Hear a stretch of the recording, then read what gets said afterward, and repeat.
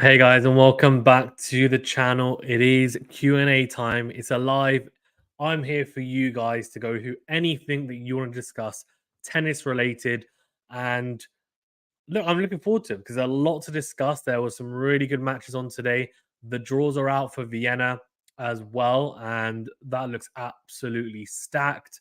So there's some incredible tournaments coming up as well, which aren't even Master 1000 tournaments. They're not even, well, they're not they're not Master 1000 tournaments, they're not Grand Slams, but they're still really big tournaments. And it's incredible how these ATP 500s and 250s, how stacked some of them have been this year. I am extremely excited for those. So, yeah, we can get into that, of course, as well. But any questions you guys have, Matt in the house, Dutchy as well. Hey, Dutchy, how you doing? David says commiserations was on England in the rugby. I don't watch rugby, so I don't really care, to be honest. But yeah, I mean, this is what it is, I guess. Heartbreaking loss for England in the rugby. Yeah, again, sorry guys, I'm wrong person to talk to you about rugby. Unfortunately, I was watching the football, Chelsea Arsenal earlier. I'm a Chelsea fan, so but apart from that, all good. Right, okay. Should we start with some questions as well? Potentially, we can do a draw preview or two as well if we want to, but there are some really big matches around the corner, especially in Vienna, which we can discuss. Before we do, let's start getting through some of the questions. Keep the questions coming. This is what this is primarily for, to answer any questions you have. It doesn't have to be related to tennis, like current event tennis or matches now. It can be anything you want. It can be a question about a player from the 90s, the 2000s, a scenario, anything tennis related. That's what these lives are for, is to answer any questions that you guys might have that you think you maybe can't ask in live streams and in watch alongs. And you might think, oh, actually, this is maybe not the right platform. So Matt has a couple of questions. We can go into these first. Throwing all the politics out of it, what are your thoughts on the Saudi Masters being proposed, and will this put an end to the summer down under Australian Open tune-ups? It's a good point. It's a good point. I mean, I don't know. It's an interesting one because you say take politics out of it, but of course, I'm sure there will be some people talking about it. Let's put it to one side and just talk about it more from a geographical point of view and also practicality point of view. Of course, they're doing it in Saudi, or they're going to look to do it in Saudi because money talks, right? And I know they are putting up a lot of money. That's just the crux of the matter. Just like in football, where people have seen players like Ronaldo, etc., go to the Saudi league, etc. It's the same principle in tennis, and they've just got a lot of money, so they are starting to throw it into sport a lot, and they are definitely, yeah. I mean, they're throwing the weight around really, and it's tough for a lot of these sports to deny that and to turn it down because one, well, it's a balancing act, right? Because I think for me, if they're going to take more money from these types of tournaments, where does it go to? And it doesn't necessarily need to be Saudi, but any other geographies, any other locations in the world. If they're putting up a lot of money, how are the ATP or WTA? How are they investing that money? Because there's been massive uproar about players, especially from a grassroots level, not being paid enough. And also, if you're an ATP or WTA player and you're outside of the top 150, 200, they're struggling to make ends meet or pay for their tournaments or even have a coach in some instances. So, that needs to be looked into. It's definitely a top heavy pay schedule, or pay structure, which you can maybe understand to some degree, but at the same time, I think it needs to be evened out a little bit. I can see that I think it was the ATP have put something in place a few months ago that's going to start in 2024, if I'm not mistaken, initiative, which is a step in the right direction. But yeah, I mean, I would like more money to be invested in that. In terms of the location, now I have been a massive avid supporter of having more major tennis tournaments in different territories. I think there's obviously a lot of tennis tournaments in the US and in Europe, for example. We don't really have that many, and why I've enjoyed this part of the year to a degree is the Asian swing, because different crowds, we are growing the sport more as well, which is fantastic. And like, I don't see why not, to be honest with you, in terms of having a different geographies. I think it's a positive thing, in all honesty, to have more and more people um, hopefully picking up the sport, and being able to relate to the sport. And I think in the past we've maybe had only a handful of countries who've had really strong contenders in major tournaments. We're starting to see more and more players from different countries, and a good example is someone like Nicholas Jarry from Chile.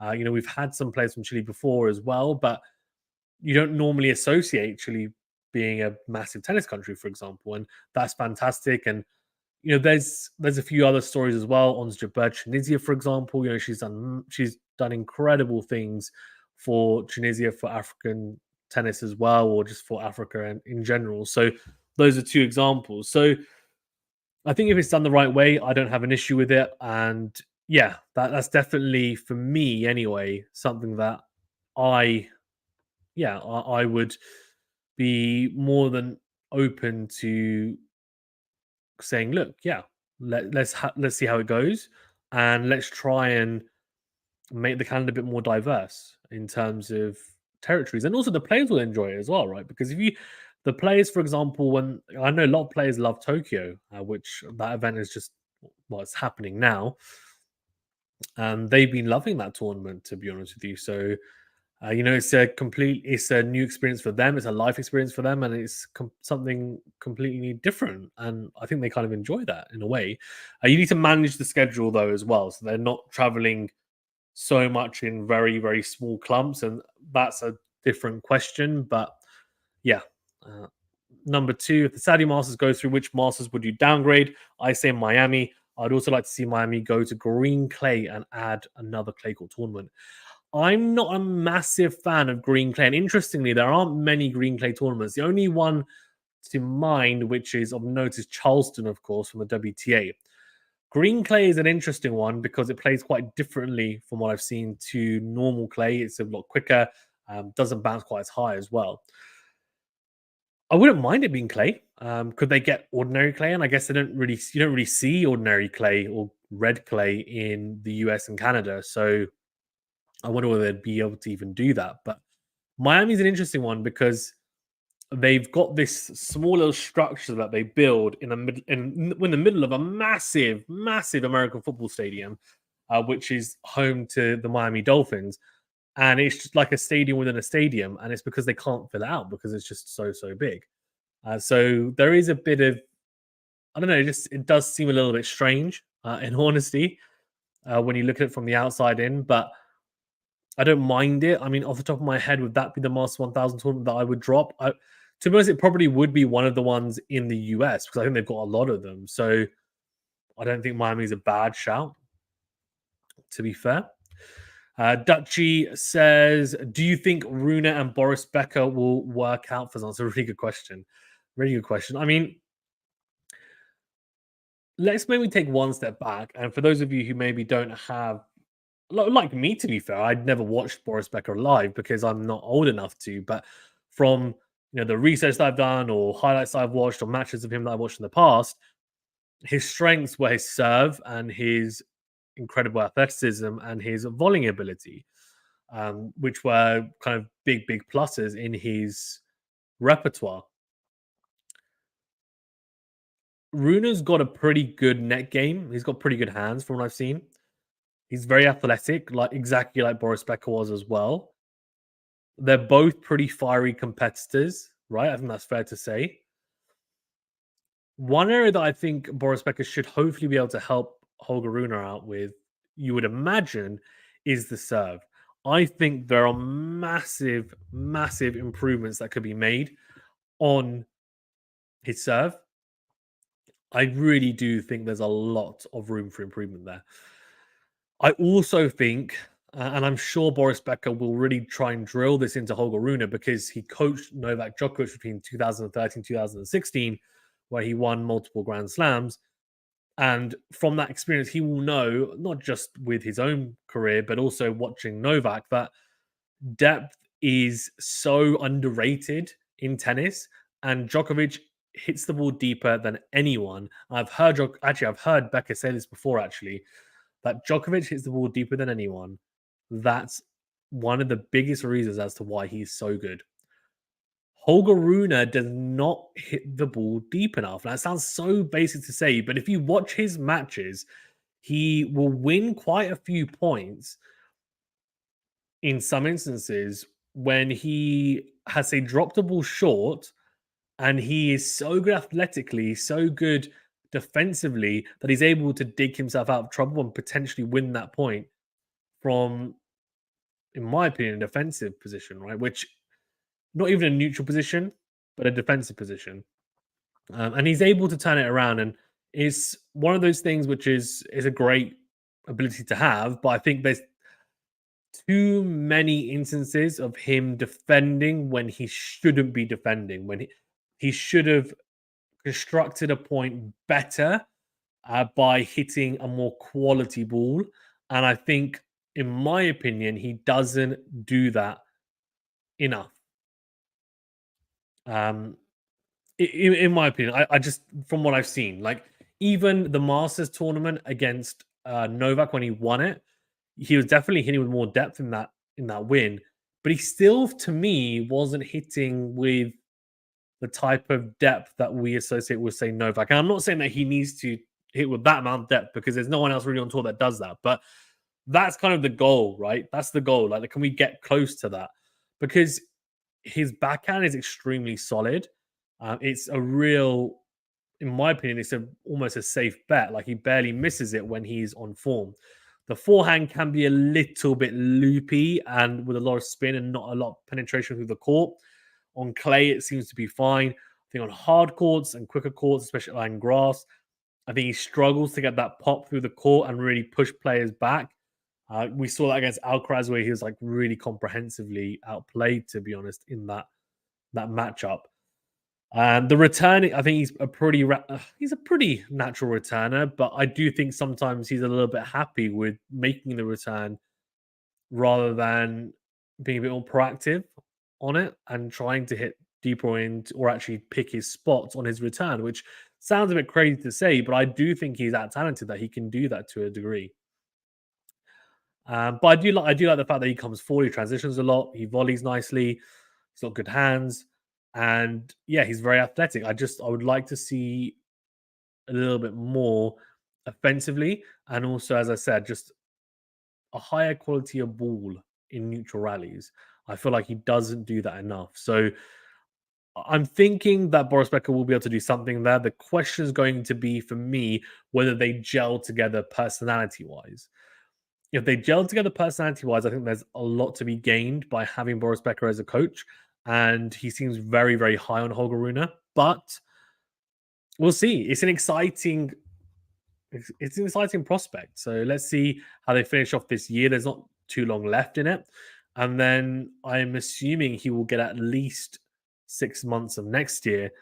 So really, we can touch base maybe after Roland Garros, because I think that'll be a big tournament for him. He'll want to go deep there after Roland Garros. And if he's not playing any better, then we may see Boris Becker, part ways with Holger Rune potentially, because it wouldn't have worked. Because I do think there are some very quick fixes to get him back to competitive shape anyway, and then improvements to be made upon beyond that even.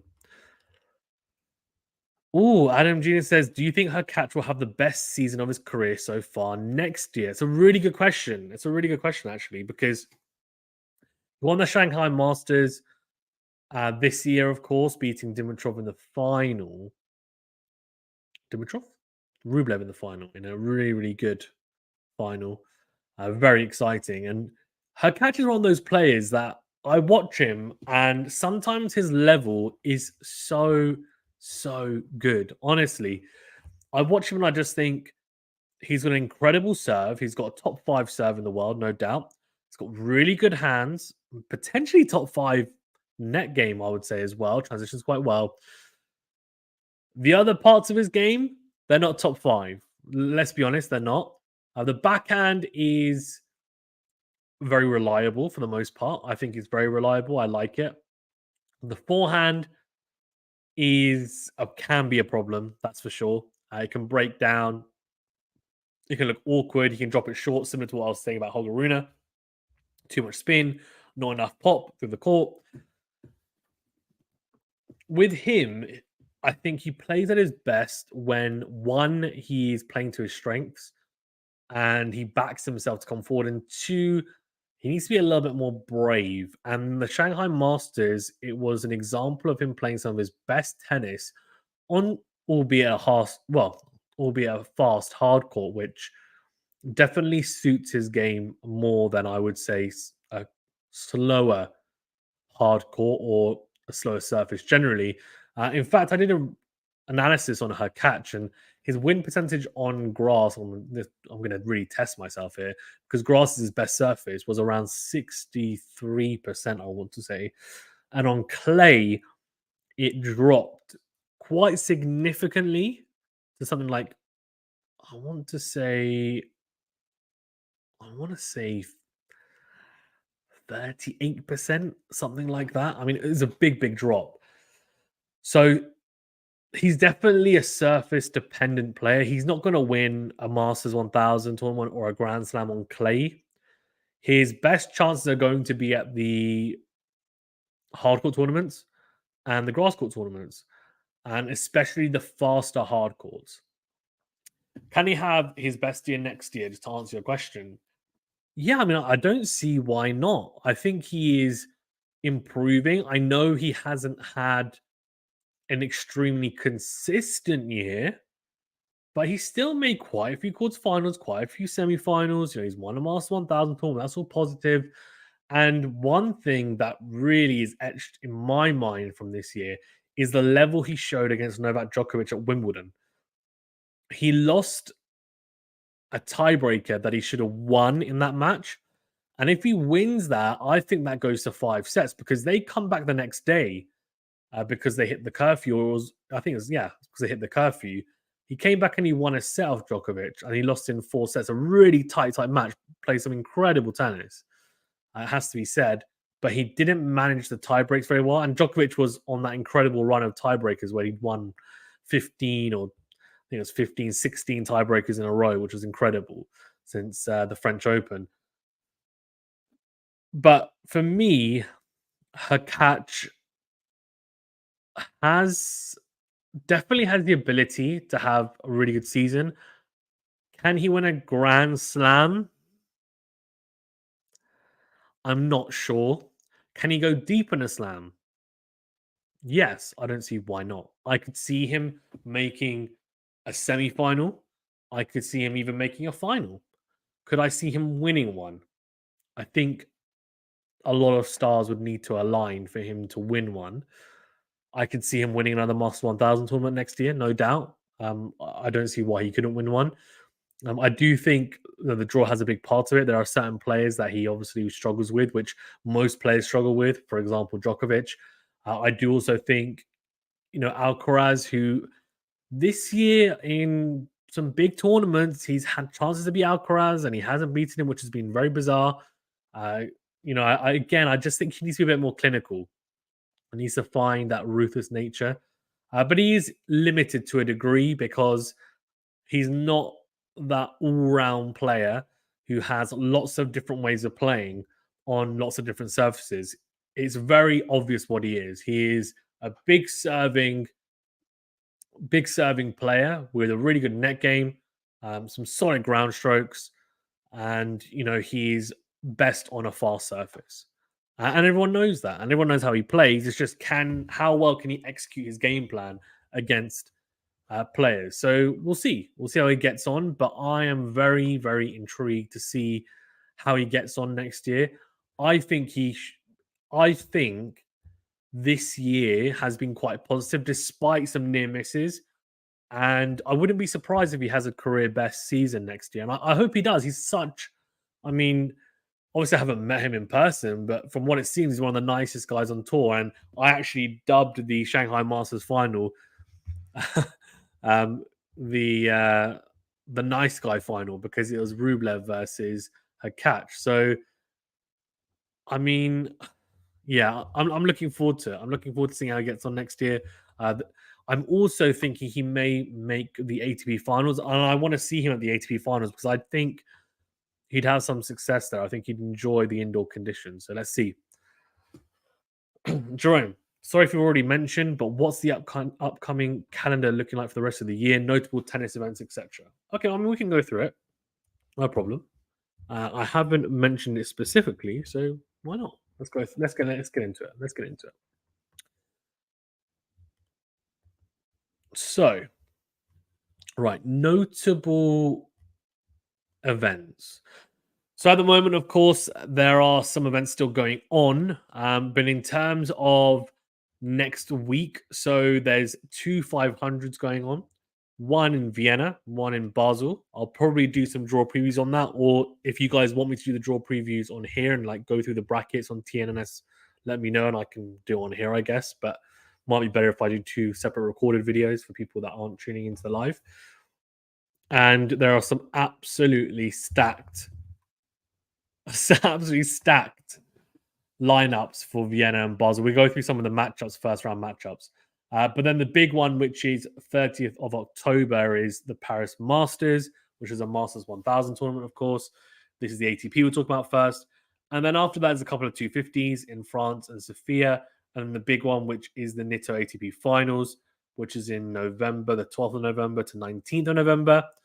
And then Davis Cup, if anyone's a big Davis Cup fan, that's in November as well. Davis Cup finals and the next gen finals, which is actually in Saudi Arabia, which we were talking about earlier about Saudi Arabia. They were getting or are getting more tournaments. So that is the back end of November, and that's it in terms of the calendar. The United Cup is also, I think it's the last few days of the year for the ATP side. Then for the WTA, and WTA, there's a few events on as well, but not as many major events apart from the big one, which is the WTA finals. Um, which, I mean, it's interesting because it's October 24th, so it's actually not very far away at all. Is that right? October 24th? That doesn't seem right. Is it that soon? The WTA finals? No, and it's not in. What is going on? Hold on. I think this calendar is wrong. That doesn't seem right. No, 29th of October. That's better. To Sunday, 5th of November. That sounds better. Why is the calendar showing that? Bizarre.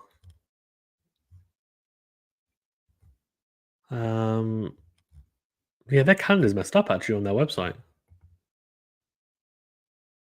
Here you go. WTA finals, October 29th to November 5th. What's this WTA Elite Trophy? No idea what this is. Which is bizarre because, yeah.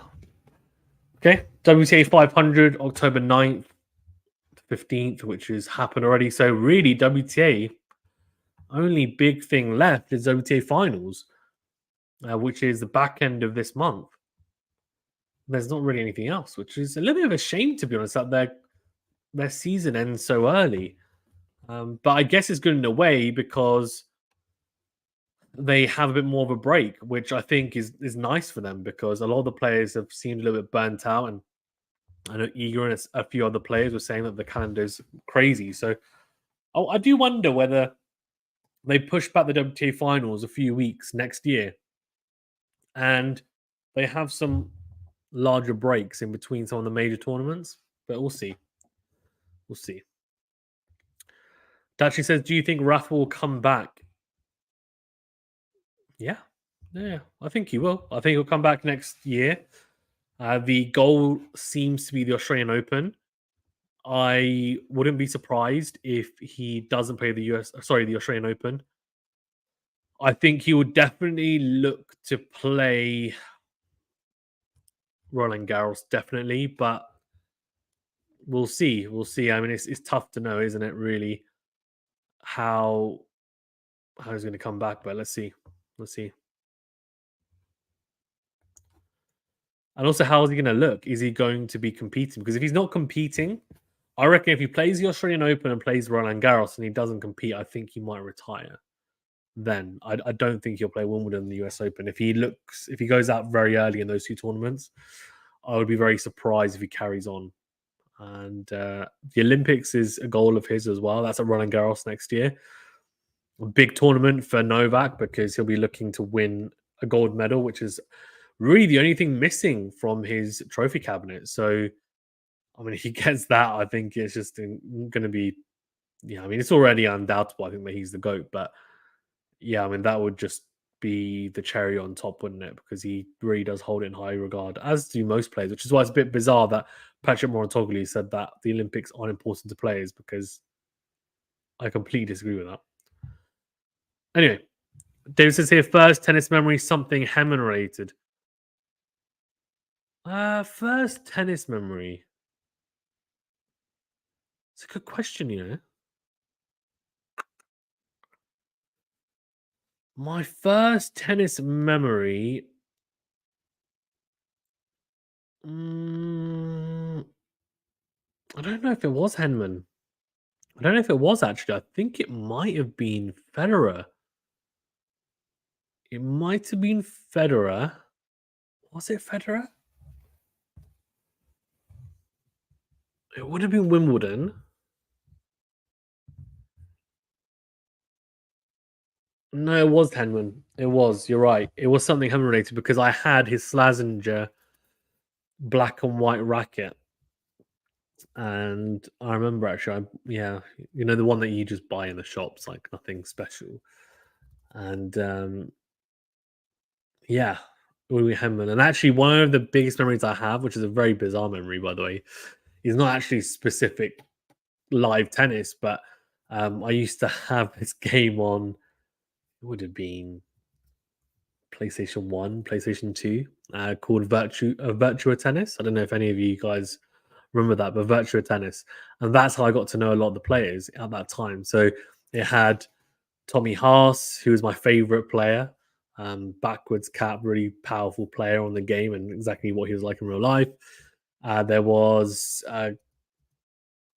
Cedric Pialini, French player. Henry was on there as well. Who else is on there? Oh, it's really testing my memory. There are a few others as well. Magnus Norman, who was like rapid on the game because he's one of the quickest players ever, right? He was just incredibly quick around the court. And James Blake as well was on there. So yeah, that was quite funny. I used to play that a lot. And that really, I think, piqued my interest even more with tennis, I would say, when I was very, very young. Yeah. Matt saying some of the tennis clubs have them. I think talking about normal red clay. Yeah. Okay, that's cool. That's cool. Limit clay miserables to the French Open. Dudgy, not a fan of clay. At his best, Runa has insane depth, tricky player to analyze. Holger, says David. I don't know if he has insane depth. I don't know if I agree with that, David. But yeah, I mean, definitely more depth than on his average day. That is, especially when he's on form. I agree. Jerome says, "Why is the French Open so close to Wimbledon? And do you reckon we should get more grass court tournaments on the tour?" To be honest, it used to be a lot closer. It used to be even closer than it was this year. This year, they've actually had a bigger gap in between the two tournaments. So, yeah, I mean, they've got a bigger gap, which is a positive thing. Is it going to be even more? Don't think so. Not in the foreseeable future, but would it be nice to have a bigger gap potentially? I would like there to be more grass court tournaments, but the one thing about grass tournaments, which everyone knows, is it's weather dependent. And some of the tournaments, or a tournament, for example, like the Queen's Club here in the UK, I mean, look, it could easily rain for multiple days and there's no indoor court. So I think if they were going to have more grass court tournaments, they would need to find somewhere. It'd probably have to be in Europe, or because the French Open and Wimbledon, it's all in Europe. They'd have to, I wouldn't be now, but it'd probably need to be somewhere where they could build normally you have to have two main courts at least for a Masters, if I'm not mistaken. So they would have they'd have to have a main court with a roof for one because of the weather, and then you could have indoor grass potentially, which would be pretty crazy. But same thing as you have at Wimbledon, and I would like to see a Masters 1000 somewhere on grass, but there's a lot of money involved, of course, in building. And I think grass is quite hard to maintain, or it's quite expensive to maintain. I think it was Ghost was saying this to me. He's been saying it, banging the drum for it. To be fair, so I'll believe him. I have no reason not to. But he was saying that hard court tournaments are a lot, or hard courts generally, are a lot easier to maintain cost wise. So it makes more sense to make more tournaments hardcore. Which, to be fair, there are more hardcore tournaments on tour. But if I take, because I don't have a huge amount of knowledge of how expensive they are generally, if I was to assume that cost isn't a factor, then yes, I would like to see more grass court tournaments. I would actually like it if the calendar was one third grass, one third hard, one third clay. I mean, I'm also a little bit miffed as to why we have two hard court tournaments, which are Grand Slams, and only one grass and one clay. But at the same time, if we then factor in costs, and that's one of the biggest reasons, then it makes sense as to why that's the case, right? So yeah, in an ideal world where we don't have to worry about people don't have to worry about money, then yes. Will we get it? I don't know. I don't think we'll get a Masters 1000 grass court tournament anytime soon. Queen's Club isn't big enough, the complex, I don't think, to be a Masters 1000 tournament. They need to build a roof as well. I don't know if they're going to do that. So let's see. Let's see. But yeah, I would like to. I would like to see it. I'd like to see it. Jerome says growth of the channel has been looking solid. How do you want the channel to keep growing, and how many subscribers are you hoping to reach by the end of the year? Thank you, appreciate it. How do I want the channel to keep growing? Well, just with you guys, really. And in all honesty, like this channel is built. The foundation of this channel is built upon you guys, our subscribers.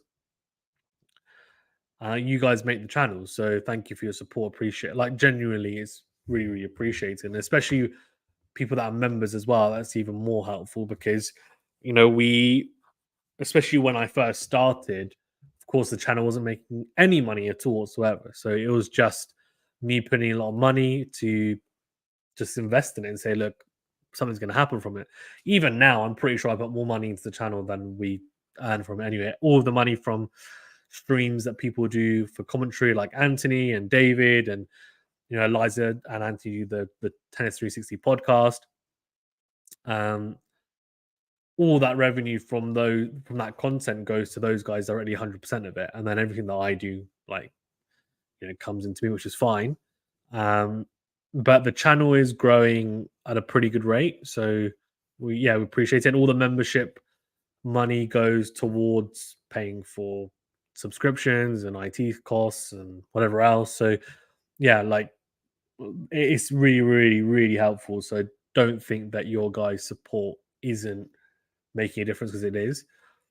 In terms of this year, well, I had a very ambitious goal at the start of the year that that I wanted the channel to hit 10,000 subscribers by the end of the year. I don't think we're going to hit that by the looks of it. We had a very big year, big month last month, I think it was, or 1 month before, we gained like 500 subscribers. But I don't see that happening in November and December. And even if it were to happen, we still wouldn't hit the 10K mark. So a more realistic target, probably 8,000 subscribers by the end of the year. I mean, if we can hit 10, then amazing. I think we need one viral video for that to hit 10K. But yeah, um, and then yeah, let me finish this question very quickly because I feel like you guys are probably bored about me talking about the channel and its future. But really, I want to do this full time because I'm not doing it full time. I have a full time job, and the channel doesn't make enough at the moment for me to be able to do it full time. So that's really the dream, for it to be big enough that I can do it full time, devote all my time to it. And it is like I devote a lot of time to it as it is, but I also do have help from some other people now, which is great. And yeah, I think there's so many ideas I have, that I would like to really get my teeth into, but it's more about time. So we'll see. But that's the plan. That's the plan. Max says, I wonder how Arthur Fields is going to do next year. He has potential. He does. I mean, of course, beat Tsitsipas today in 2 tiebreakers, and we'll be playing the final tomorrow against none other than Alexander Bublik. So that'll be a really entertaining match. We should be doing that. I think David's going to do the final tomorrow, if I'm not mistaken. So yeah, tune in for that. Jerome says, how often do you play tennis in the winter? I'm trying to find indoor places near me. So I play quite regularly still in the winter. It can be difficult though, because as you said, weather dependent. It rains a lot more in the winter, generally speaking, as well. I'm actually supposed to play tomorrow. I was going to play today, but it rained, so I will be playing tomorrow. Fingers crossed, weather permitting. And we have outdoor clay courts at my club, which soaks up water a lot better. I used to play twice a week, in the winter for years, and my hands were very, very cold, let's say. It wasn't the most enjoyable, but the best thing to do my advice would be if you are struggling to find indoor courts, which can be expensive, or you don't have ones accessible, which I do have some that are accessible, but they're a little bit more expensive. But the last couple of years, that's what me and one of my hitting partners have been doing at my club. We've been going there once a week, and then maybe once a week playing at the club. Is if you don't have indoor courts accessible, to go and play on a weekend once a week, Saturday or Sunday, but around midday because that's when it's the warmest. The sun's hopefully out, and you're not going to freeze. We used to play like 8, 9 a.m. in the morning on say Saturday, and it's so cold. And the evenings aren't great either, to be honest. So if you can sneak in playing once a week, I do think that it'll help you tick over. So it's important, I think, because then come the weather being slightly warmer in spring and summer, you don't feel like you have to then like recover your form or like have to, play yourself back into where you were, like ability wise or form wise during the year. So as a club player, I'd say it's really, really helped. There were a couple of years when I was a lot younger where I just used to play in the summers. It'd be tough because then you come back and you start playing in the summer because I play other sports as well. And I'd play in the summer, and then the first few weeks, I'd be like, I'm playing rubbish. Like, this is terrible. And it would take me a while to get back to where I was towards the end of last summer. So you do feel like your progress is stagnated if you don't play regularly. So that's the same with anything, I guess. But yeah, just my 2 pennies on that. Max says, I hope Korda can have more consistent results after reaching the semis in Shanghai. Agreed. It was good to see him playing some really good tennis. I'm hoping he can stay fit is the biggest thing for me. And then after that, it's okay. He's staying fit. Can he consistently play at a high enough level to compete in these tournaments and potentially also make some runs at slams? David says her catch has been going to deciding sets too much this year. Needs to be ruthless, break more, and be efficient in early rounds. Third set breakers with low top 100 players every other week is not ideal. Yeah, that's definitely true. And you know what? You make a really good point. He doesn't break serve enough. He doesn't. And because his serve is so good, that's why he's going to a lot of tiebreakers, because he's not getting broken a lot, but he's also not breaking enough. His return game needs to improve. He needs to be a bit more offensive, I think. or offensive minded, and also be a bit more ambitious in the return games and want to break more and not. I almost feel like sometimes he's a bit happy to just say, okay, well, it's fine. Return games come and gone, but I'm going to hold my serve. Worst case scenario I've got is a tiebreaker at the end of the set. But then tiebreakers can be a bit of a lottery, even if you're a big server like a catch. So, and also, why do you want to play super long sets? The goal of most players should be, look, let's try and get this set done as quickly as possible. In my favor, that is, of course, and let's try and make opportunities for myself instead of waiting for opportunities to fall into my lap. Because at this high level, they're not going to get a huge amount of opportunities to break serve just because the opponent has made 3 errors in a game. You normally have to try and work for some of those points on a return game to open up a break point. So, yeah, definitely something that he can work on for sure. Dutch says, any upsets for Basel or Vienna? Well, I'll tell you what, we can go through if you guys want the draw preview and predictions on TNS and do the bracket, or if you guys want to wait, then I'll do it tomorrow. I'll do 2 separate recorded videos for Vienna and Basel. But look, I mean, these are the matches in Vienna that are incredibly high level, which is just ridiculous. First round matches. You got Medvedev versus Fields, which is just ridiculous. Tsitsipas versus Team. I mean, again, unbelievable. Dimitrov versus Musetti. It's a great match. 2 one-handers as well, so that'll be fun to watch. 2 attacking one-handers, and then Sinner versus Shelton. Shelton beat Sinner, of course, recently. So yeah, that's going to be a really, really good match. So I'll probably do a preview most likely for the Sinner Shelton match. I think that's worth doing a comprehensive preview on. And in terms of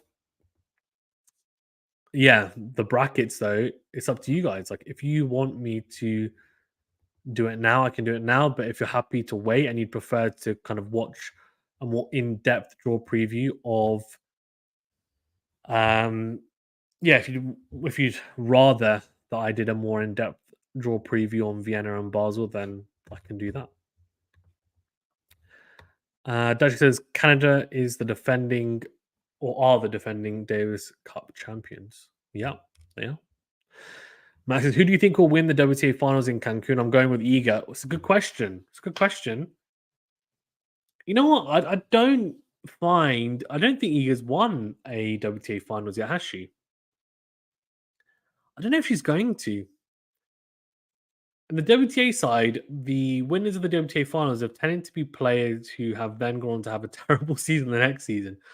Muguruza, for example. I mean, Iga's definitely a very, very good bet, right? I mean, she's what a lot of people will be picking. But in terms of who I think will win, I need to see how the courts are going to play, in all honesty. If the courts are going to be quicker, I don't think you will win. I think it will be between Sabalenka, Jabeur, maybe Rabakina, and it could be someone else as well, couldn't it? It really could be. It could be Goff even on a quicker court, potentially. If it's a slower hard court, then you start to fancy someone like Swiatek because, I feel like she will have an advantage on there. But it depends on the groups as well because it depends what are the 2 groups going to be. And in the WTA finals and ATP finals, a really exciting thing about it, especially the WTA side, because I feel like the ATP side with Novak is, generally speaking, like last year he kind of cleaned up a little bit, but this year for the WTA finals is everyone can beat everyone for the most part, and because there aren't many players who have really clean head-to-head records against anyone in the top 8, that it makes it really exciting and it becomes very hard to pick. But yeah, let's see what the groups are first, and then we can go from there, right? Because I'm excited. I actually think the WTA finals will be better to watch than the ATP finals, so I'm looking forward to it, and I am happy that they have it spaced out, the ATP finals and WTA finals, because Yeah, it'd be nice. It'll be interesting to see if the two tours, ATP and WTA, merge. What would they do with the ATP and WTA finals? Would they be at the same venue, for example, and you have it all as one event, like you would say a Masters 1000 tournament when you have the ATP and WTA players? You know, for example, you might have a women's match and a men's match and a women's match and a men's match, for example, or like in Islam, or would it be that actually they still had it spaced out? I don't know. Let's see. Max says, I've heard that with Carlos's injury, plantar fasciitis takes a long time to heal. I don't know. I saw that it was a foot injury and was one of the injuries he had. I haven't looked into it in great detail, so I'd need to look at that, to be fair. And Max says, how do you think the Shelton and Karatsev final in Tokyo will turn out? I hope Shelton can bring his A game. I think Shelton's a big favorite just because when he's serving as big as he's serving, Karatsev isn't the best returner that I've seen. He is going to spray the ball a lot, but so will Shelton. So it will be exciting in the sense that both players are going to hit a lot of winners, but there'll also be quite a few unforced errors on show. So it's going to be an exciting match to watch. I'm just going to have a look and see if they played each other before because I don't know if they have. They have. So Ben Shelton is won the only time they played US Open, so relatively recent. Shelton won 6-4, 3-6, 6-2, 6-love. I think he'll win. The only question mark will be around his mental game because it's his first, if I'm not mistaken, it's his first ATP level final. So let's see how he gets on. I'm intrigued to see how he gets on. And yeah, 0 career titles. So yeah, I mean, let's see. I hope he does win, just because I think he's an exciting player. I think him playing some really good tennis and being towards the top of the game is only positive. Brings a different type of energy. I like it, and yeah, he's got an exciting game. It's a different style, and we need those different styles for sure. Matt said WTA Elite Trophy is a tournament for the players ranked 9 to 20. Have they always had that? Have they always had that? Don't know. Hmm. Yeah, does anyone know if they've always had that? Because maybe I should not. Well, I obviously don't know, but I didn't know about that, to be honest. Gary says, what do you think of Ben Shelton's steady progress? Could he be the next great player from America? It's hard to say now, Gary, in all honesty. I think he obviously has a great serve, which is, a real positive. He has a lot of power from the baseline. He's got pretty good hands. He seems quite athletic. So he has a lot going for him. I think the big question is going to be consistency and would he be able to play a high enough level consistently over 2 weeks to win, say, a slam? He's not there at the moment, that's for sure. The big question is going to be with Ben Shelton, is he going to be able to evolve and adapt and improve his game substantially year on year to then become what you're saying, one of America's next great players? Because that's what players who maybe are in his mold have had to do. If you look at, say, like a Roddick, fantastic server, had some really incredible attributes, but say the backhand was definitely a weakness. Shelton's backhand, for example, was definitely a weakness. But how can he shore that up? How can he improve that to make it as good as it can be? If he maximizes his potential, Shelton, I don't see why he can't be a top 10 player. I mean, he's not that far off at the moment. And then the question is, he's made a semi-final of a slam already, the US Open. Would he be able to make a final? Would he be able to win one? I don't know, but it's been a good start, I think, to his career, despite, I think, only just having the same amount of wins to losses so far in his career. In the big tournaments, on the big stages, he's shown real promise. he needs to be more consistent in the tournaments that aren't big, and that's why it's important, I think, that he's made a final this week in a so-called, you know, less major tournament, right? Like a tournament that's not quite as big as a Master 1000 or a Grand Slam. And it's not on paper. So if he can continue to do this, then it's positive. But yeah, I think it's been good. I think it's been good, his progress. I wouldn't have expected him to have done more. I actually think he's probably done more than I was expecting. Like to make a semi-final of a slam, I wasn't expecting that at all, in all honesty. So that's really positive.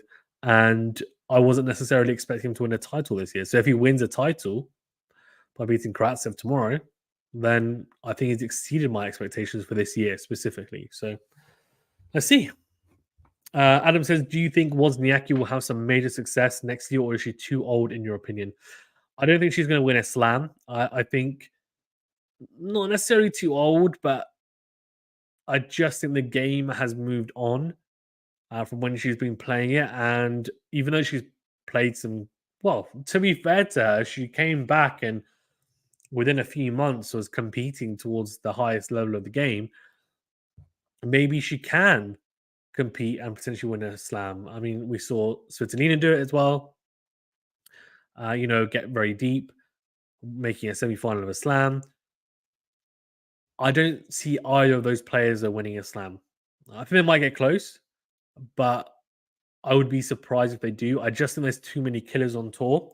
I think there's too many players you have to beat in a row for them to be able to get past all of them and then win.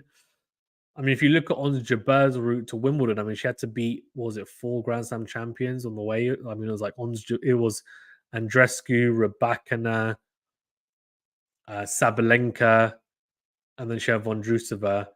So she played 3 Grand Slam champions. No, sorry, she played Andreescu, Kvitova, Rybakina, Sabalenka. So 4 Grand Slam champions back to back, and then played Vondrousova in the final and lost, right? So if we think about that, Vondrousova had an easier run, fine, but still, like it's just not easy. And there's a lot of competition in the WTA side at the moment. There's a lot of competition on the WTA side. So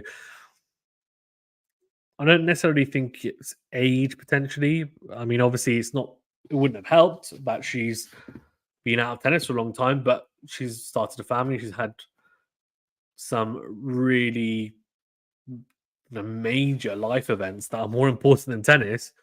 But on a tennis standpoint, I find it difficult to see her winning. But let's see. I mean, look, stranger things have happened. That's for sure. Stranger things have happened, no doubt. I mean, Emma Raducanu won the US Open in 2021. I mean, no one expected that, right? Masters grass court season will be shortened in 2025. Newport is getting dropped. Yeah. Question is, do they replace that tournament? See. Pseudonym says, Mochizuki, what do his prospects look like now? Is he the new Nishikori? You know what? I'm very conscious that people start getting ahead of themselves, then it becomes. I think we need to be careful.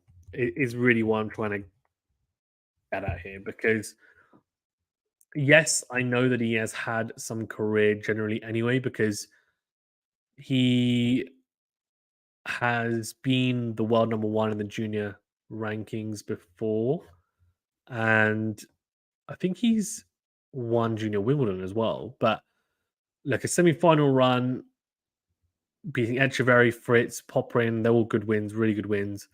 Lost to Karatsev. We need to see more. If he does this in more than one tournament, if he does it in say 3 tournaments in the next 6 months, then I'm like, okay, right, this guy's going to do something relatively soon. Like, I believe that he's going to do something big. Like Shanghai Masters, what did he do? Lost first round. US Open lost in the qualifiers. So there's not really been a huge amount, to be fair.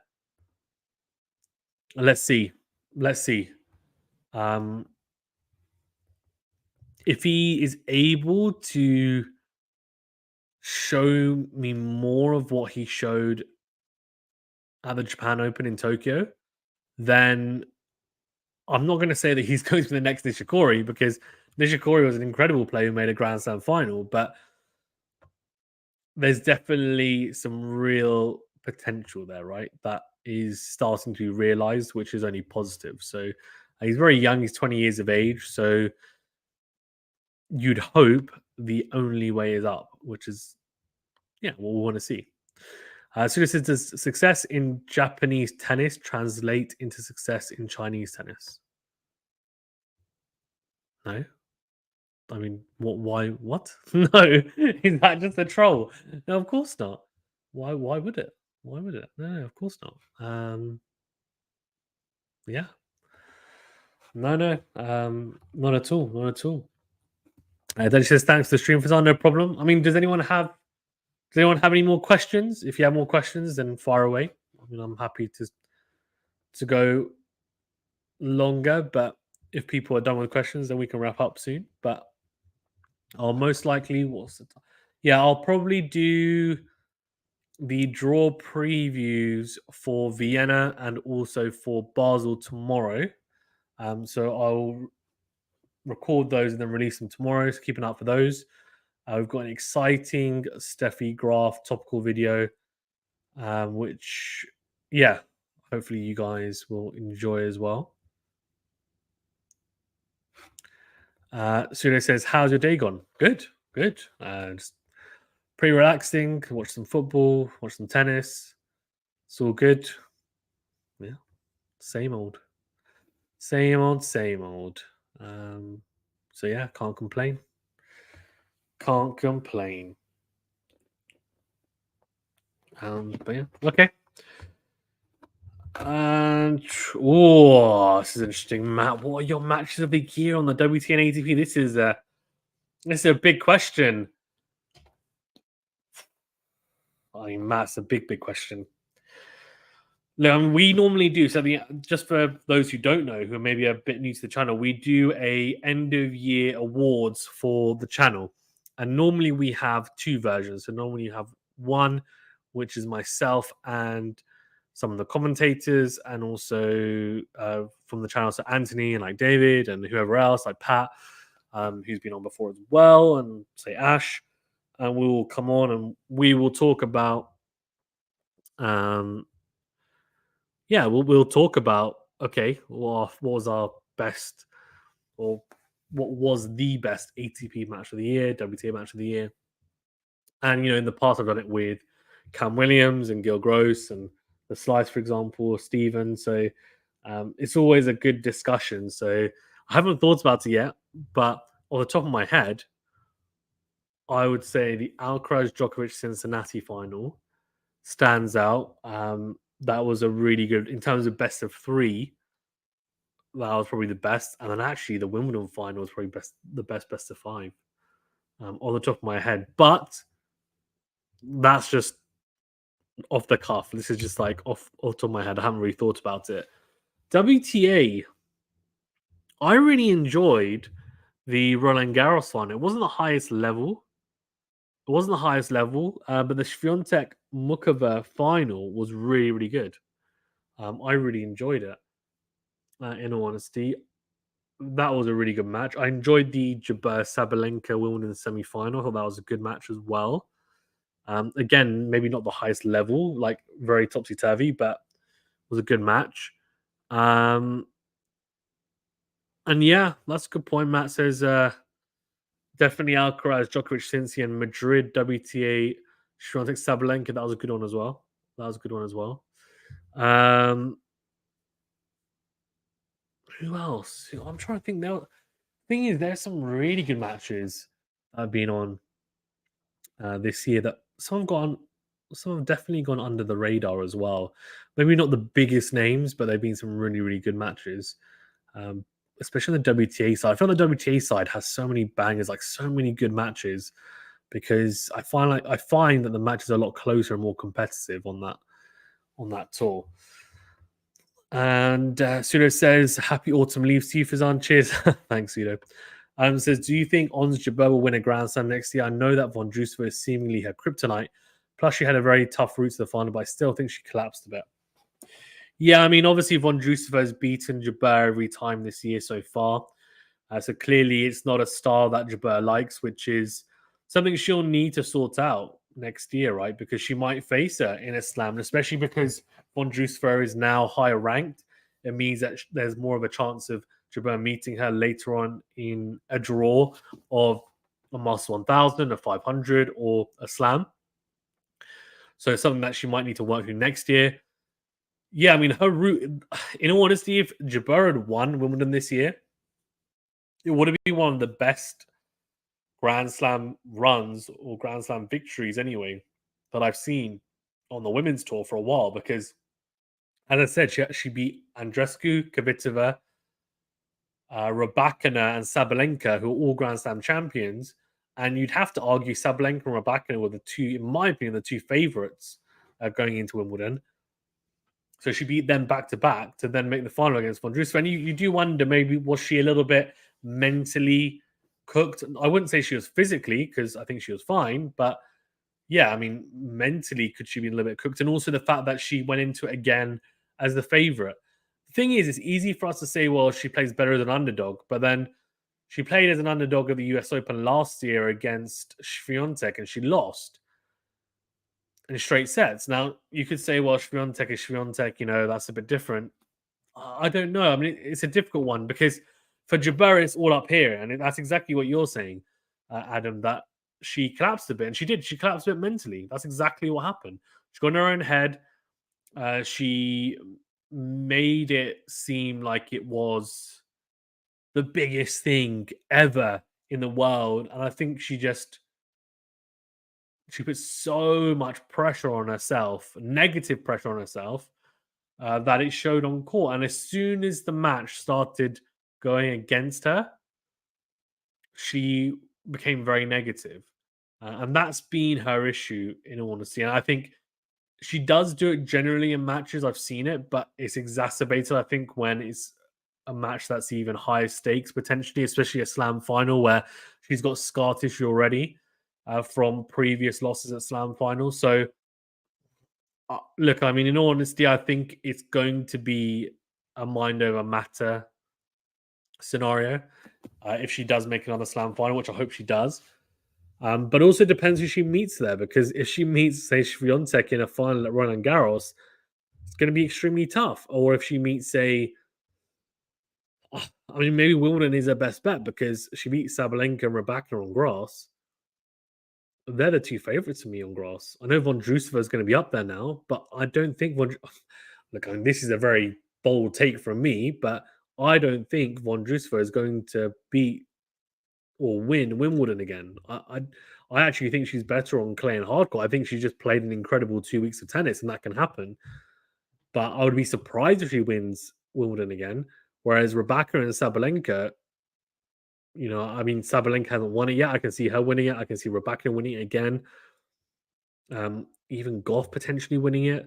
And the issue that Jabeur is going to have next year is that there's now players that are gaining more and more confidence. Like Goff has just won the US Open. She's now up there. She's with them, right? She's with Swiatek, Rybakina, and Sabalenka. You can't say she's not. She's won a slam.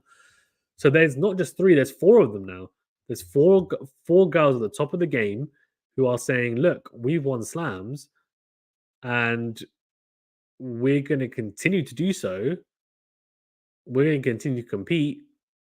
Come and get it. Like, you're going to potentially get past at least two of us in a run to a Grand Slam title. So and then you throw in Vondrousova, you throw in Pegula, you throw in, whoever else, it becomes tougher and tougher. So Jabeur, I think, next year really is almost, to me, I think the next 2 years are make or break. I think if she doesn't win a slam in the next 2 years, she'll never win one. She's getting a bit older anyway. I think I want to say she's 29. So, in fact, let's just check. Let's just check rather than guessing. Um,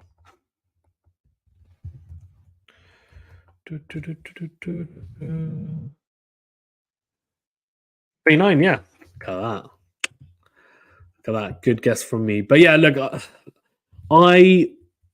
my heart says yes that she'll win one because I'm going to be honest, I'm a massive fan of her.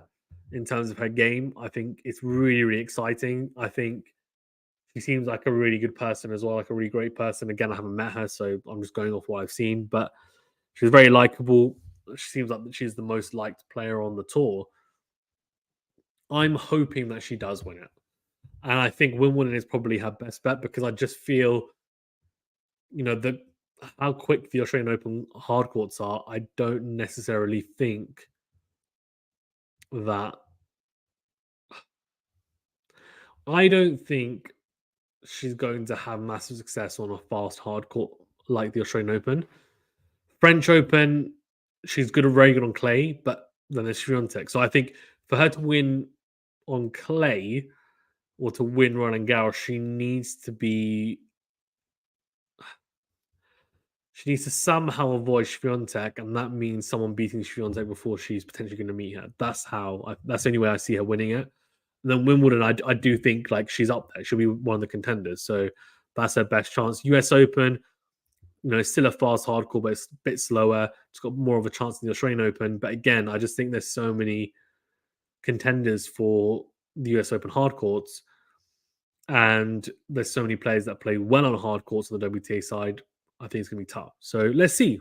But if you were to ask me, look, Fazan, who's going to win Wimbledon next year? I'll say Jabeur, but I don't know. In honesty, I hope she does it, but we'll see. Matt says, I don't think it was the most well played, but that Rybakina Kasatkina match was crazy. I've never seen a match like that one in Montreal. Yes. Yeah, in terms of WTA match of the year. Davis says, with a few months of perspective on Breakpoint Season 1, it's fair to say it's pretty meh. Watch some behind the scenes interviews via Gil Gross. The filmmakers aren't tennis fans, really. Has that hurt the show? Yeah, I didn't watch it, but I saw that you had them on, which is quite cool. I was really expecting more impact on the tennis landscape with an influx of fans. Is this not just? It's not just Breakpoint's fault, but our fault as tennis fans and being a little bit snobby and gatekeepy. Lol, not the most welcoming sport to follow. Maybe that though brings me back to my point about growing tennis and having it. Look, tennis is a global sport, but I'm going to give a really good example here because a good example of a sport that isn't global enough and hasn't grown enough is cricket, which is a bit of a random example to people that don't even know anything about cricket as a sport. You might be like, what are you talking about, for example? Well, cricket is a sport that is really it's only got a very big following in a handful of countries, really. It's not very big in a lot of countries. It's not, in my opinion, a prominent global sport. It's very concentrated around India and England and Australia and Pakistan, whatever, right? South Africa, even New Zealand, I guess, to a degree. But then they've also got rugby, and then England has also got football and rugby. But then if we take tennis, now tennis is a unique sport where it's got players from so many different countries. We need to tap into that. Now, for example, having a tournament in Monastir in Tunisia this week, great. Having the Asian swing back, great. Loving it. They need to continue to do that. Just continue to push tennis into different regions, different territories. Let's really spread the word. But I agree. I think in terms of the casual fan and gaining new fans in existing geographies that already have fans, but maybe there's a large percentage of people who don't watch the sport and they've never thought about watching it. How do we attract them? Breakpoint was supposed to be the answer to that. They're going to make another season. We can see how it goes. It is a bit disappointing that filmmakers were not tennis fans because, in all honesty, I think if they weren't tennis fans, fine, but you need at least maybe one person on the team that's a real tennis fan that can help guide it, because there needs to be an element that, yes, we need to tune into people that aren't tennis fans to start off with, and then you can make them tennis fans, but it needs to be a process of getting them from, okay, this is a person who's never watched tennis in their life, they don't understand the game at all, to by the end of watching it, if they're enjoying it, then they know enough about tennis, they have understanding about tennis that when they then, for example, try and join these chats or they try and jump onto Twitter or X or whatever and try and get involved in tennis chats, they feel like they are in their depth. Because if they feel like they're out of their depth, then actually they don't know anything because Breakpoint keeps on skipping, pivotal points or pivotal highlights or moments, for example, in major tournaments, then that's not going to help. So yeah, I think there's definitely some things they could have done better with it. I generally didn't mind it, kind of enjoyed it. And my wife, who isn't a tennis fan, she kind of liked it. She liked it enough to watch all of it. So with me, so that's positive. And she's not a massive sports fan by any stretch. Yeah, I mean, look, the problem with tennis as well is that as a sport, it's expensive to play generally. So there's not a huge amount of players, percentage wise, who have come from less fortunate backgrounds that are playing tennis at a high level or grassroots level.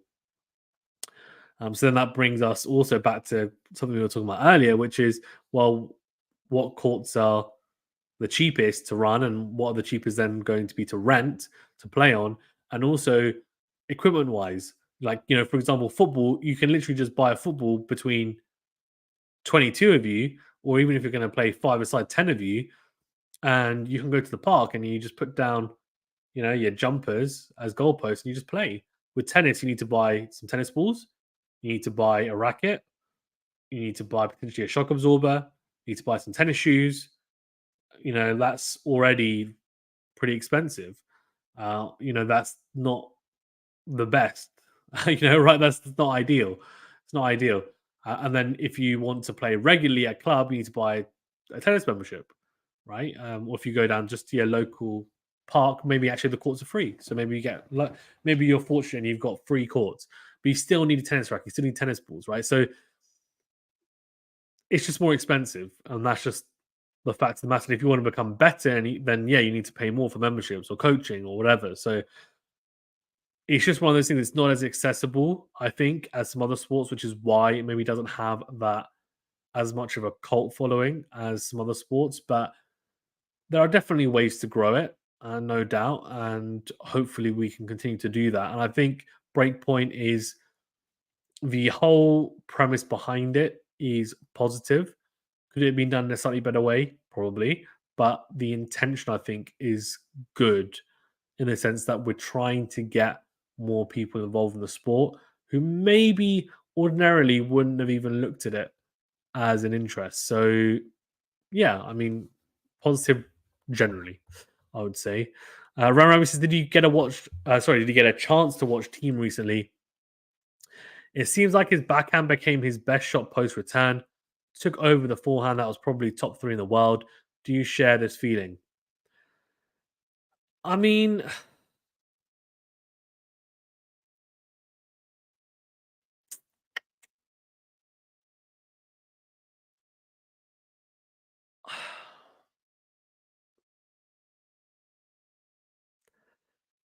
his backhand is definitely better than his forehand at the moment. But I've seen him recently slice it a lot and actually not. Okay, so let me break this down actually into 2 parts. So, one, okay, generally speaking, since his return, his forehand has not been as good as it was prior to his return. Just because, well, he had issues with his right wrist, which is obviously very crucial with your forehand.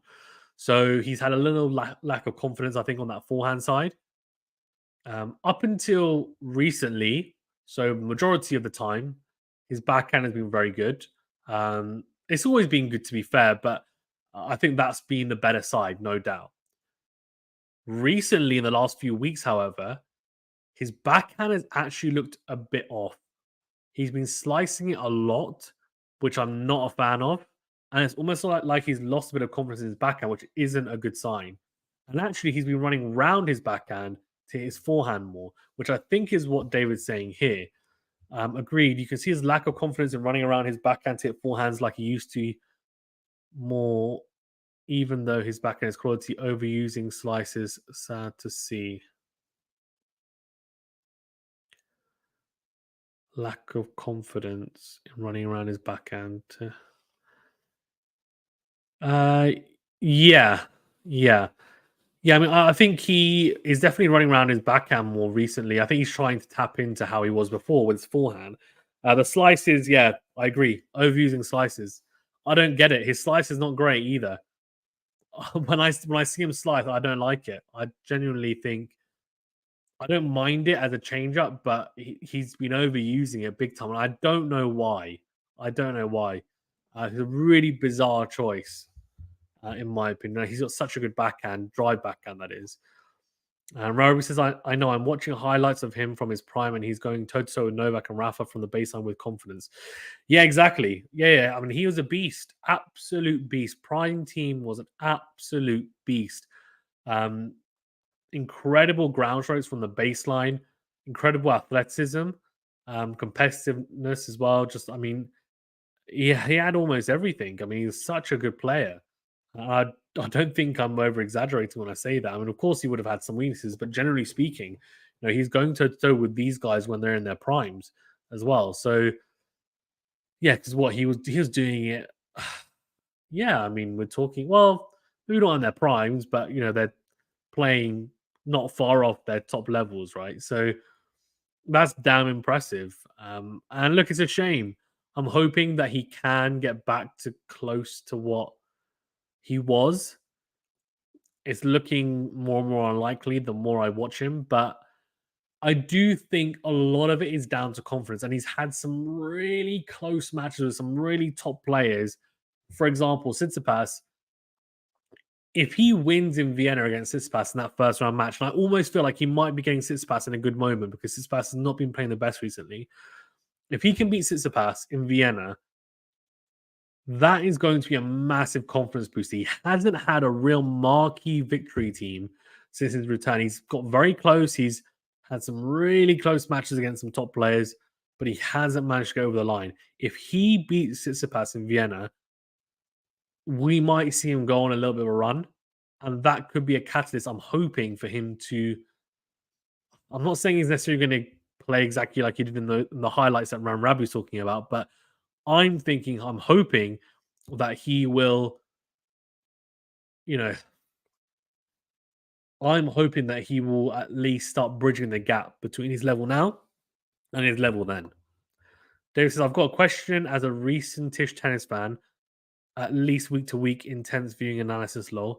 What are the biggest instances in memory of revisionist history? Um,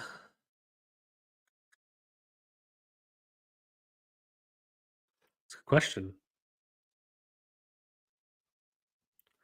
It's a good question.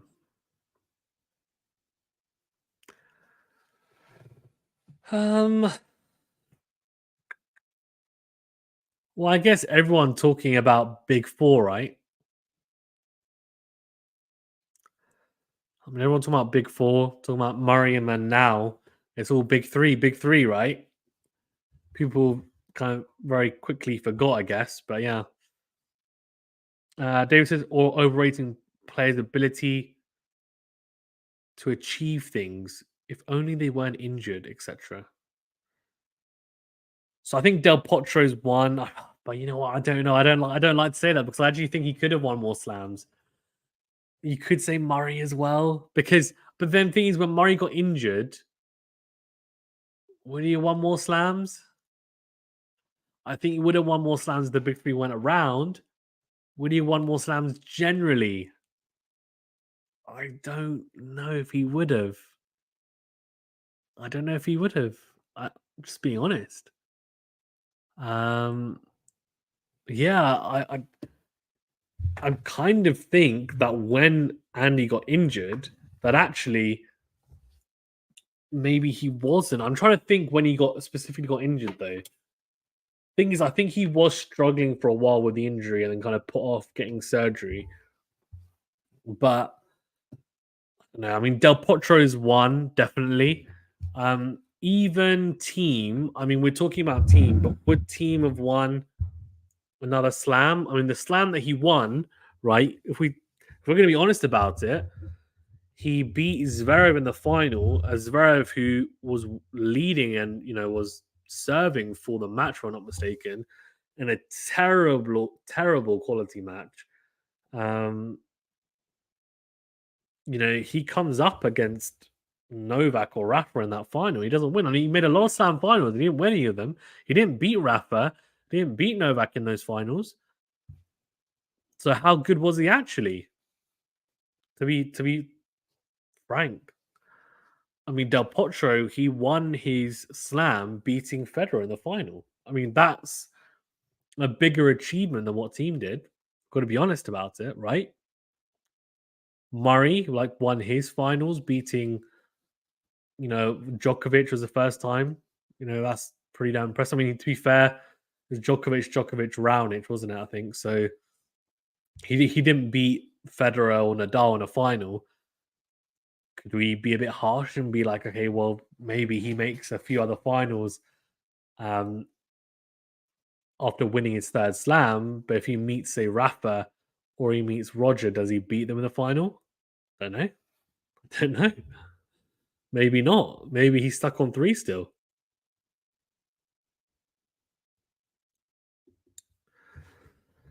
I'll just keep asking. A bit early, but will you be considering Sinner as a contender for the Australian Open 2024? By contender, I mean someone who has the legitimate chance to win the title like Novak, Alcaraz, and Medvedev. This is a good question.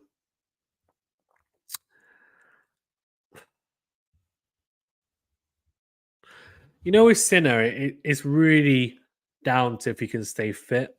And also, it's really down to the first few matches because if he gets into a war playing 4 or 5 set matches back to back, 2, 3 matches in a row. I mean, even if he plays a 5 setter early on, I think he needs to have a first week where he barely drops a set.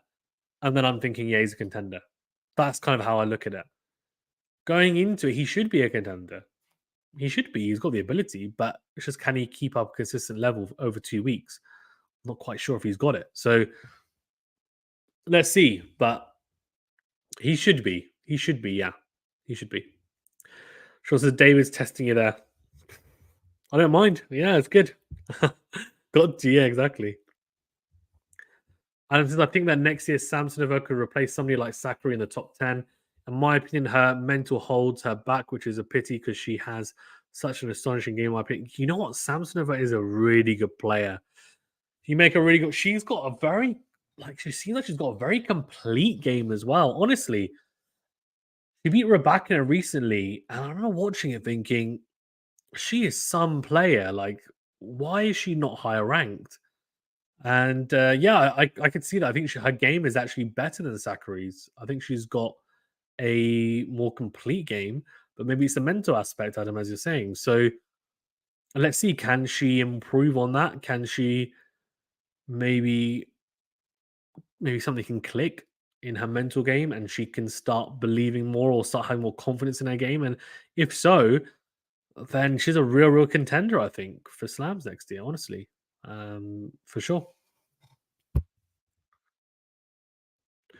Matt says, I don't know how it is in the UK or the rest of Europe, but watching tennis in America is very expensive. It's always been this way. Do you think this tears people away from the sport? A very good point.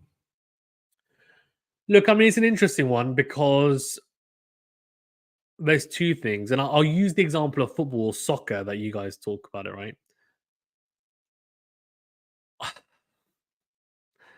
So football here, right? It's expensive as well to watch football. Like there's a few different networks, but what I will say is not as much as tennis. So here we've got Sky and BT. They're the two main ones. Amazon Prime show a few games as well, but they're the two main ones. There's only two. Still expensive, but fine, two.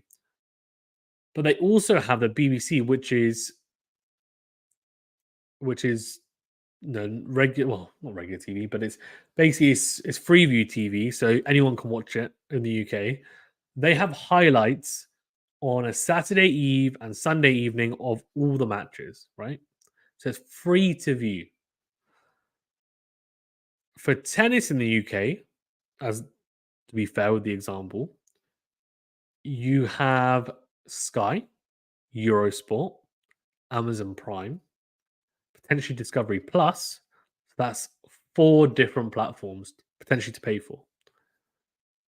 On top of that, you don't have like a highlight show on TV, but I guess like football nowadays, you do have YouTube, which you can use for highlights. Fine, fine. But it doesn't have the same it doesn't have the same, right? Like it doesn't have the same exposure, it doesn't have the same viewership, and exactly what you're saying, Matt, does that tear people away from the sport? Yeah, it does. I think it does. I think having to pay for so many, I think if they had tennis in one place to watch, it would make it a lot better. But the problem is money talks, and how do you get it all in one place?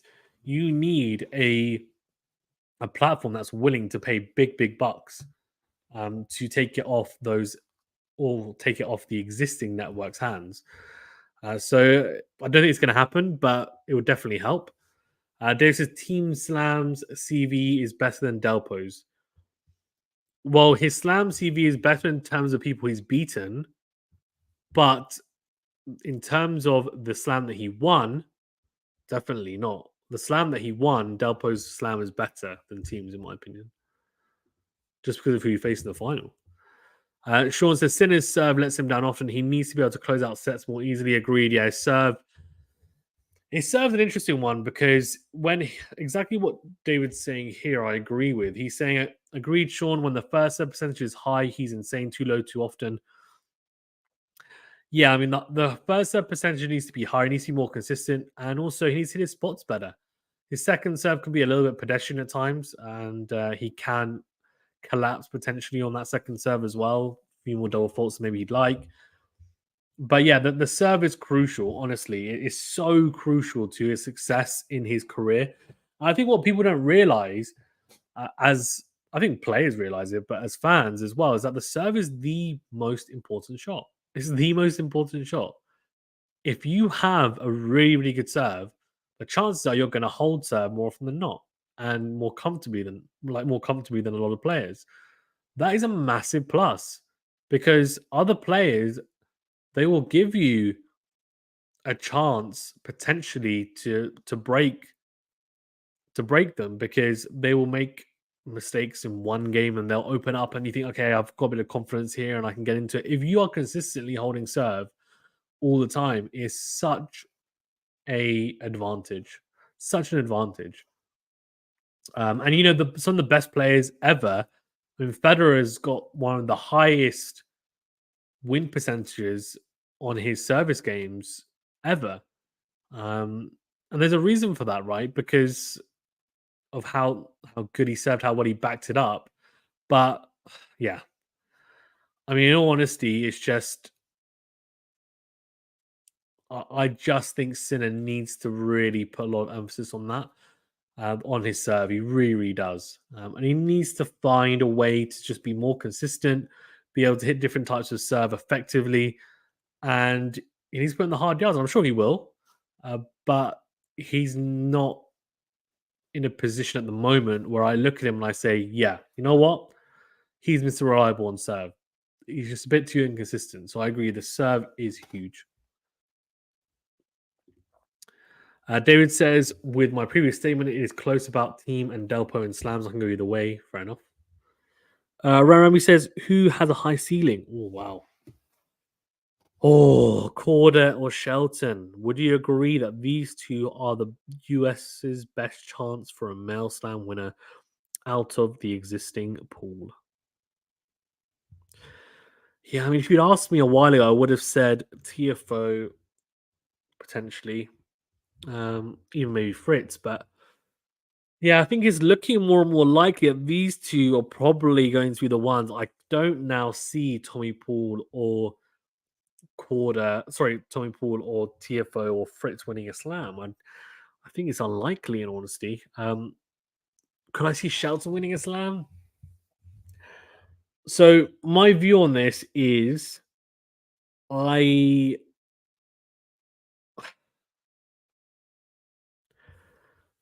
there's not like I'm not going to explain because this is literally just my initial like very quick initial thoughts. For some reason, my gut tells me that Korda has more of a chance of winning a slam. I just think with his game, it's more complete. I can see him winning a slam.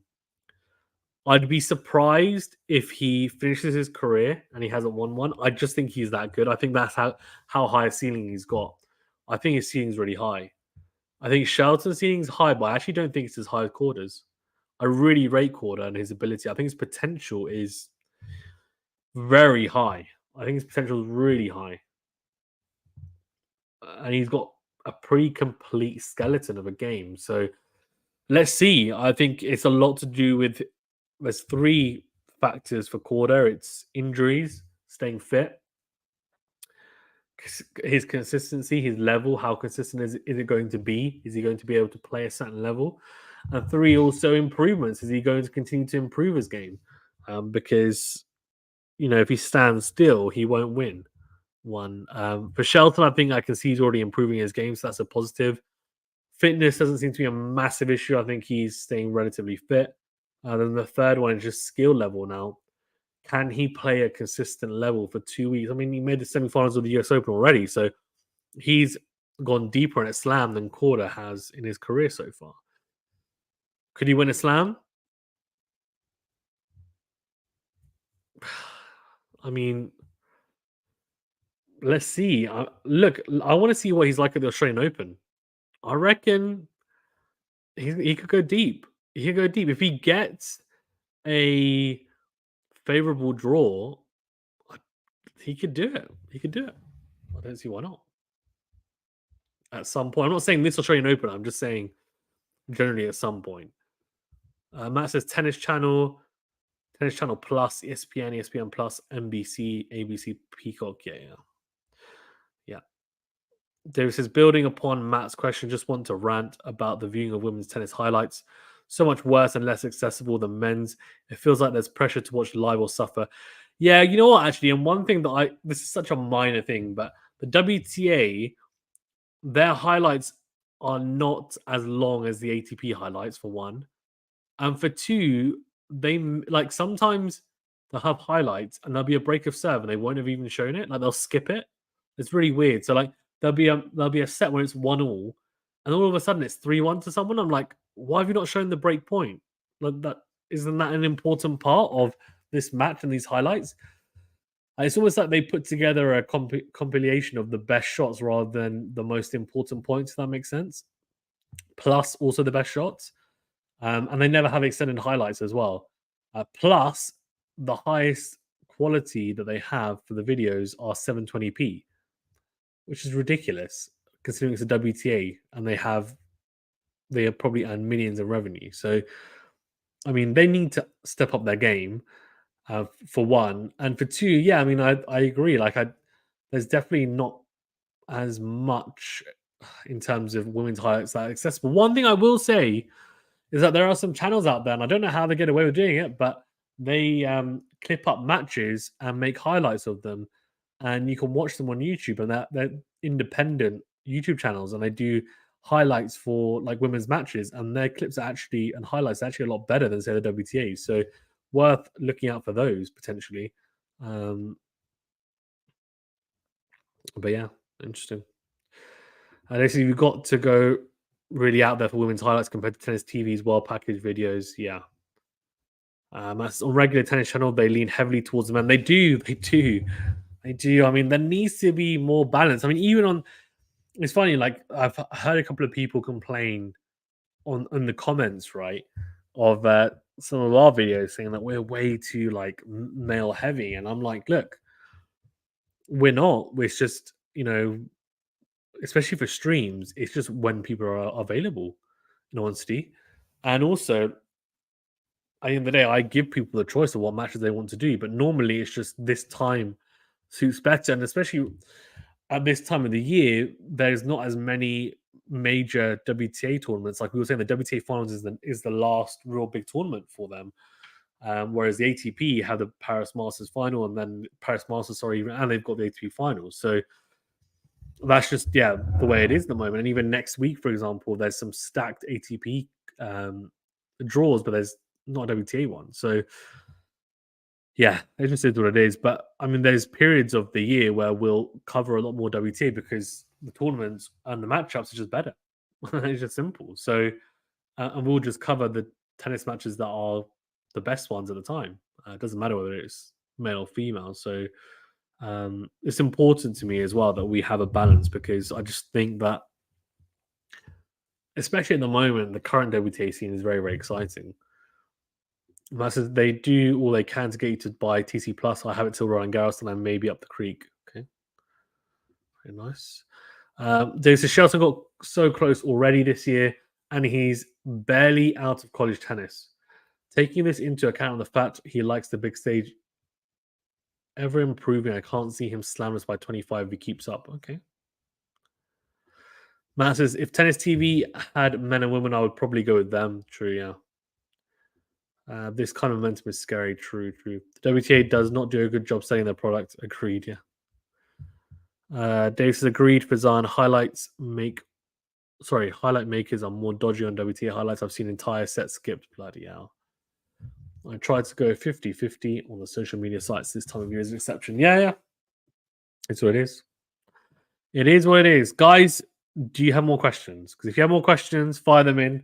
Otherwise, we'll wrap it up in 5 minutes. I'm happy to go a bit longer. No problem at all. As well. But yeah, we will be doing the draw previews for Vienna and Basel. I'll release them tomorrow as 2 recorded videos. So keep an eye out for those. David will be doing the final for Bublik versus Fields tomorrow as well. Should be exciting. Should be exciting final. I'm sure. And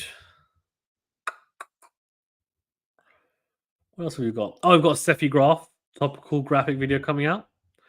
So that should be out probably Monday or Tuesday. So keep an eye out for that. Hopefully you guys enjoy that one as well. But yeah. That says go to bed, Fazan. Okay, fair enough. Go to bed. I will. See you, Fazan, and thanks again. No problem at all. No problem at all. Andre's wife. Yeah. Andre Agassi. Yeah. Well, you say Andre's wife, but I think it's more like he's Steffi Graf's husband because even though Andre Agassi was a great player, Steffi Graf was even better. I mean, she's up there, right? I mean, her Navratilova and Serena they're the ones that are like the goats. That's what everyone's like. Yeah, there's the ones. Dave says, drop the historical tennis video, something about China playing tennis back in the day and stuff. China playing tennis back in the day. I think that'd be interesting. What do you mean? What do you mean? It's fine, David. Just put it in the comms chat that we've got on WhatsApp. Yeah, but yeah, we look the topical videos. We've got some good ones. I think Anthony's going to do one on Del Potro. Anthony's going to do one on Del Potro and what might have been. We were talking about Del Potro earlier in this one, so he's keen to do that. So he'll be doing that. It'll be a graphical topical video as well. This is, was it China? They invented football, right? Yeah. Well, Boris Johnson from the UK said that the UK invented ping pong, not China. So yeah, I'll believe him. Anyway, on that note, thank you very much, guys. Stay safe and well, and we will see you. Well, I'll see you tomorrow in the comment section, hopefully, for the draw previews. Appreciate each and every one of you. Make sure you hit that like button before you go. And also, thank you to all you members as well. You guys are very, very important. We love you all. Thank you. See you guys later.